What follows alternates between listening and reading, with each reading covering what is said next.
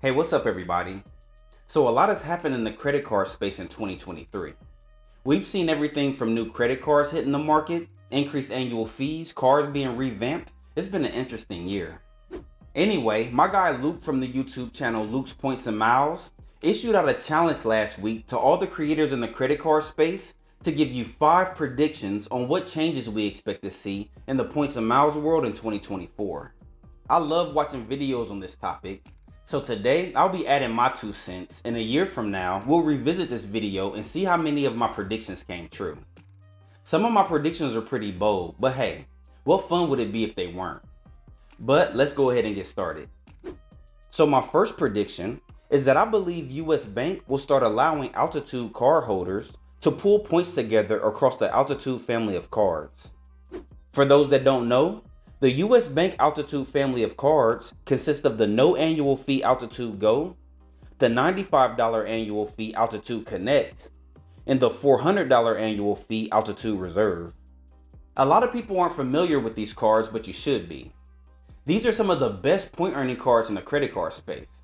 But a big reason I believe many people don't mess with them like that is 1, they don't have any transfer partners, and 2, they don't allow you to pull points together across their lineup of cards.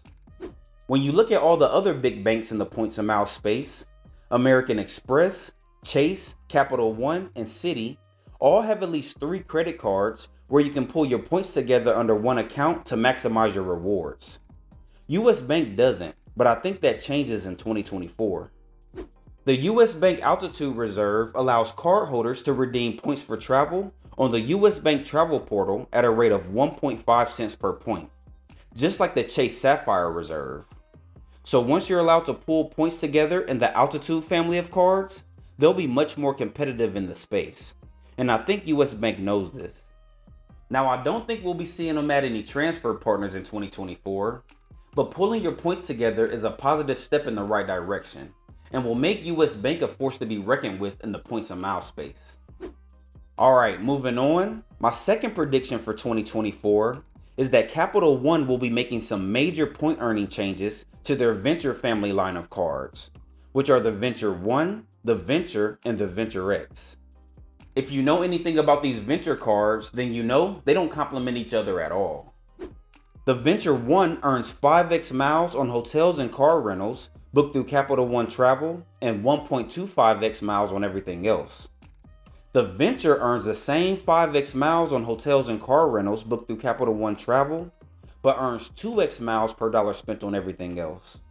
And lastly, the Venture X earns 10x miles on hotels and car rentals booked through CapitalOne Travel, 5x miles on flights booked through CapitalOne Travel, and 2x miles on everything else. As you can see, there is no reason at all to have 2 or more of the Venture family of cards simultaneously. They don't complement each other whatsoever. If you have the Venture, then you don't need the Venture 1, and if you have the Venture X, then you don't need any of the other 2 cards. CapitalOne has been slowly making small tweaks to the Venture X, like changing the $300 statement credit for travel purchases to a $300 coupon and a couple other small things. But I think in 2024, they're going to make big changes to the point earning structures across these cards to help the Venture 1 and Venture complement the Venture X. This is a bold prediction because the regular Venture card made a name for itself as their premier travel rewards card back in the day, earning 2x back on everything. But they have a new premier card now in the Venture X, and I'm sure they know they need to make these changes, which I think will come in 2024. This brings me to my third prediction, which is that Citi comes out with the premium top tier credit card. Now, I know this one isn't that bold because rumors have been out for a year now that Citi will be introducing a new premium card.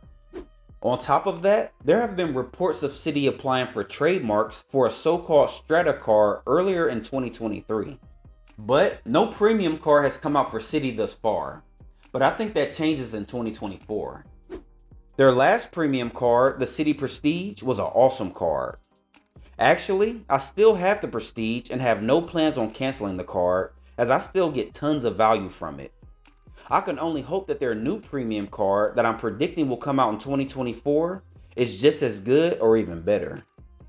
Now, moving on, my fourth prediction for 2024 is that Wells Fargo comes out with a mid-tier and top-tier credit card to complement their Wells Fargo autograph card, and with that, starting a Wells Fargo trifecta. The Points Guy broke the news a couple weeks ago that Wells Fargo has announced that a card called the Wells Fargo Autograph Journey will be coming out in 2024. However, there has been no indication on if this will be a mid-tier, top-tier, or another no annual fee card.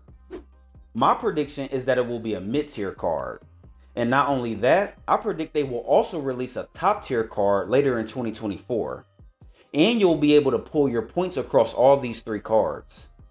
Wells Fargo has also confirmed that they'll be adding transfer partners in its autograph portfolio, which also leads me to believe that a trifecta is coming. If this is correct, Chase and Amex better brace themselves, especially if one of those transfer partners is American Airlines. The only credit card that allows you to transfer your points to American Airlines at a 1-to-1 ratio is the Built MasterCard, and that card is also issued by Wells Fargo. So if Wells Fargo can pull that off with this autograph lineup of cards, it will be a huge deal.